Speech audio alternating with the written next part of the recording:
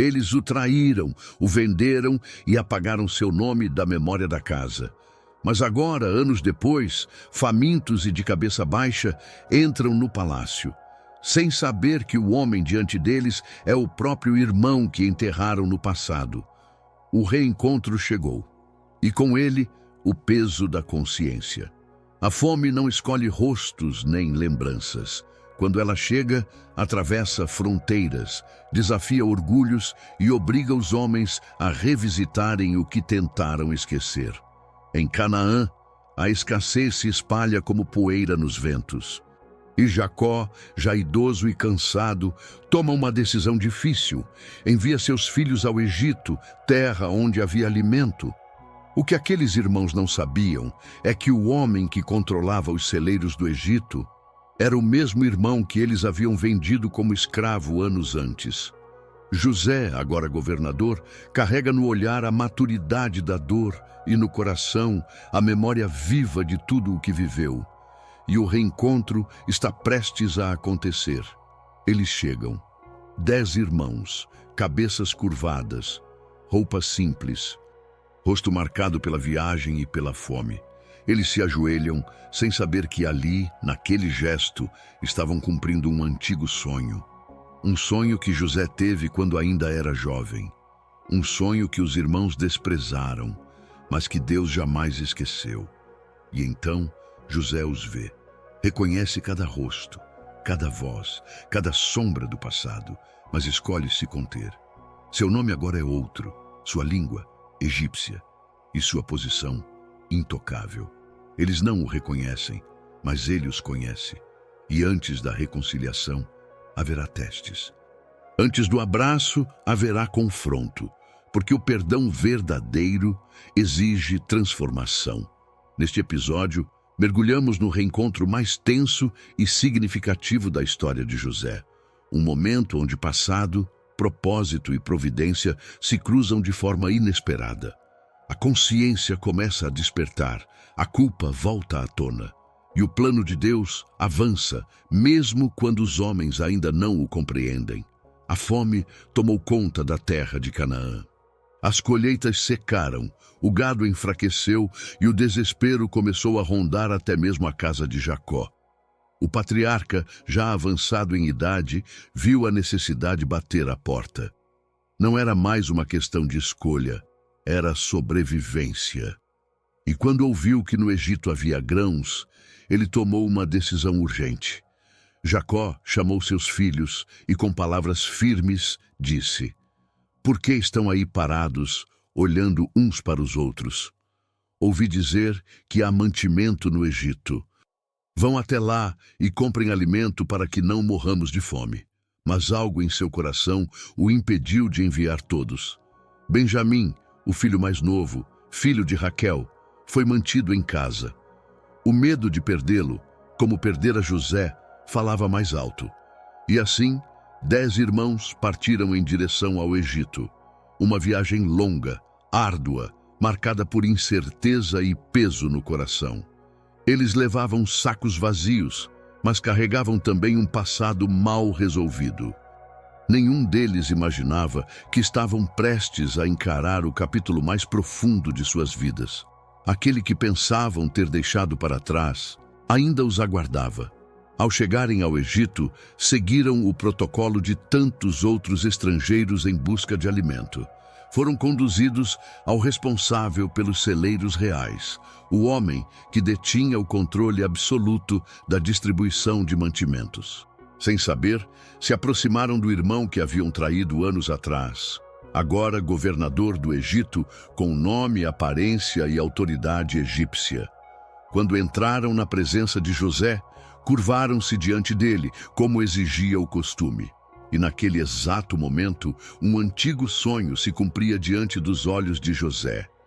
Ele viu seus irmãos prostrados, assim como havia sonhado quando era apenas um adolescente em Canaã. Mas agora não havia orgulho em seu coração. Havia lembrança, dor e propósito. José os reconheceu de imediato. Cada rosto, cada voz, cada gesto.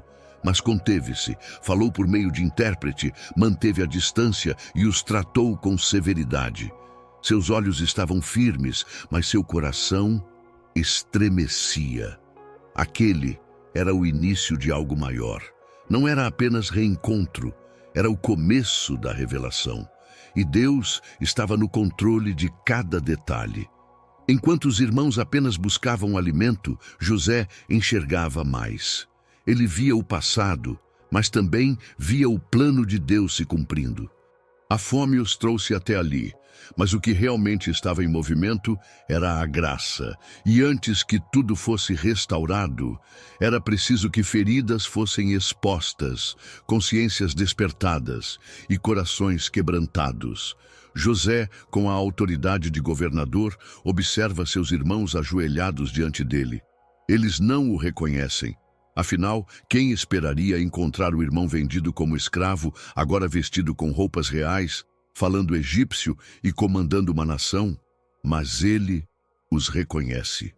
E com isso, também reconhece a oportunidade que Deus havia colocado em suas mãos. Seu coração está dividido entre a dor e o propósito. Aqueles homens diante dele o haviam odiado, o desprezado, o arrancado da casa de seu pai. Agora estavam curvados, famintos, vulneráveis. Mas José não buscava vingança. Ele buscava revelação. Precisava saber se algo havia mudado, se o arrependimento havia florescido, se os corações endurecidos do passado haviam sido quebrantados. José decide testá-los. Fala com dureza, finge não conhecê-los. E os acusa diretamente. Vocês são espiões, vieram ver os pontos fracos da terra. Surpresos, os irmãos se apressam em se defender. Falam de sua família, mencionam o pai idoso, dizem que tem outro irmão mais novo e que havia ainda um que já não existe. Essa última frase atinge José como uma flecha. Já não existe. Era assim que o tratavam? Como alguém apagado da memória. Como um nome que não se pronuncia mais. Mas ele não reage. Se mantém firme. Observa, escuta, anota, porque mais do que respostas ele busca discernir os corações. Os irmãos insistem, somos homens honestos. E ali, talvez pela primeira vez em muito tempo, começam a enfrentar o próprio reflexo. Porque aquela palavra, honestos, começa a pesar. Começa a soar vazia diante do que fizeram com o próprio irmão no passado. A consciência, silenciosamente, começa a se agitar. José então aumenta a atenção. Ordena que todos fiquem presos por 3 dias. É um tempo de reflexão. Um tempo simbólico. Não apenas para os irmãos, mas para ele também. 3 dias para olhar o passado de frente. 3 dias para permitir que o desconforto escave a alma. 3 dias em que o perdão começa a se formar, não com palavras, mas com processo. Ao final desse tempo, José propõe um novo teste. Deixará que 9 irmãos voltem com mantimentos, mas um deles, Simeão, ficará preso. E mais, se quiserem provar que falam a verdade, terão que trazer o irmão mais novo, Benjamim. A exigência parece dura, mas na verdade é divina, porque o que José está fazendo é preparar o caminho da cura. A proposta de José não foi aleatória. Ele sabia exatamente o que estava fazendo. Ao exigir a presença de Benjamim, tocava em um ponto sensível. Benjamim era o único irmão por parte de mãe ainda vivo, o último filho de Raquel. Era também o novo preferido de Jacó. E era justamente isso que José precisava observar. Como os irmãos tratariam agora aquele que ocupava o lugar que um dia fora seu. Com Simeão preso, os outros 9 se preparam para retornar. Mas antes disso, algo acontece. Algo profundo. Algo que marca uma virada. Ainda na presença de José, sem saber que ele entende hebraico, os irmãos começam a conversar entre si. E ali, o peso da consciência explode. Na verdade, estamos sendo castigados pelo que fizemos a nosso irmão. Nós o vimos em angústia, quando implorava por misericórdia, mas não o ouvimos. As palavras saem carregadas de arrependimento, e Rúben, o mais velho, os confronta. Eu não disse para não pecarmos contra o menino? O silêncio guardado por anos. Agora vira confissão. José ouve tudo, em silêncio, disfarçado. Sem que percebam, ele entende cada palavra, cada suspiro, cada lágrima contida. E nesse momento, o governador egípcio, temido, forte, austero, se afasta discretamente e chora. Porque o passado não pode ser ignorado, mas também não precisa ser eterno. A dor de José é real, mas seu coração está sendo curado. Ele não quer puni-los. Quer que eles se vejam como são. Quer que enfrentem a verdade que evitaram por tantos anos. Porque só há reconciliação real quando há arrependimento verdadeiro. E naquele momento, algo começa a quebrar dentro dos irmãos. Antes de deixá-los partir, José dá outra ordem secreta, que seus sacos sejam enchidos com trigo, mas que o dinheiro que trouxeram seja colocado de volta, sem que saibam. Aquilo que parece generosidade se torna também um novo teste.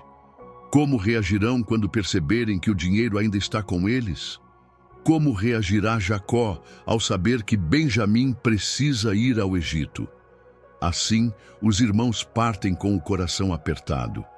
Simeão fica preso, o peso da culpa os acompanha e a sombra do passado agora anda ao lado deles. Eles ainda não sabem, mas o processo está em curso. Deus está usando tudo, até a fome, a prisão, a tensão, para quebrantar, curar e restaurar.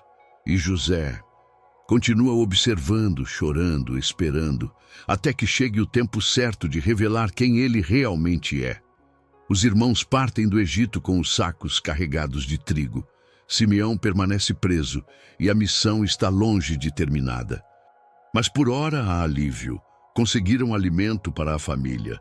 No entanto, mal sabiam eles que o verdadeiro teste ainda estava a caminho. No trajeto de volta, um deles decide abrir o saco de mantimento e encontra o dinheiro ali dentro, exatamente o que haviam usado para comprar os grãos. O espanto é imediato. O que é isso que Deus fez conosco? Eles dizem apavorados. Não veem o gesto como bênção, mas como armadilha. A mente deles está tão marcada pela culpa que tudo agora parece suspeito, perigoso, ameaçador. A consciência pesada transforma até a bondade em motivo de medo. Quando chegam a Canaã, contam tudo a Jacó. O encontro com o governador egípcio, a prisão de Simeão, a exigência de levar Benjamim e, pior, o dinheiro devolvido. A reação de Jacó é uma mistura de luto, frustração e desespero. Ele sente que está perdendo tudo. José se foi. Simeão ficou preso. E agora querem levar Benjamim, seu filho mais novo e mais precioso. Jacó explode em dor. Vós me privastes de meus filhos. José já não existe, Simeão também. E agora quereis levar Benjamim. Tudo está contra mim. Sua voz carrega o peso de anos de perda e de um coração velho que já não suporta mais novas feridas. Ele não vê estratégia divina, só vê tragédia.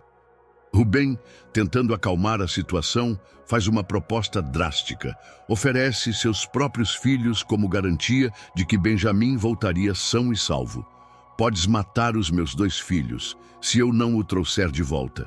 Confia a mim o menino, e eu o restituirei. Mas Jacó recusa. Seu coração não suporta sequer considerar essa hipótese. O lar agora está mergulhado em tensão. O alimento chegou, mas a paz se foi. Há trigo na mesa, mas não há tranquilidade no espírito. Simeão está longe. O futuro é incerto. E o governador misterioso do Egito parece cada vez mais implacável.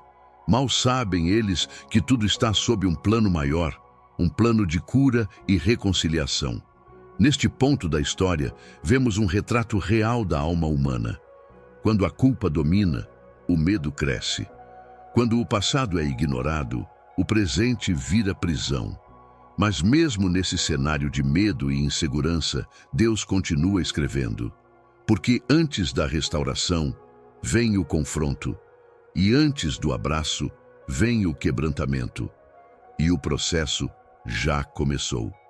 Com Simeão preso no Egito e os celeiros de casa novamente vazios, Jacó enfrenta um dilema que fere o fundo de sua alma.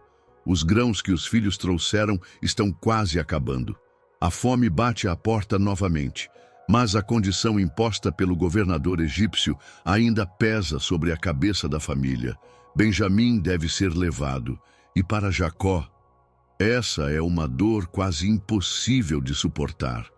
Benjamim não era apenas o filho mais novo, era o último elo que Jacó tinha com Raquel, sua esposa amada.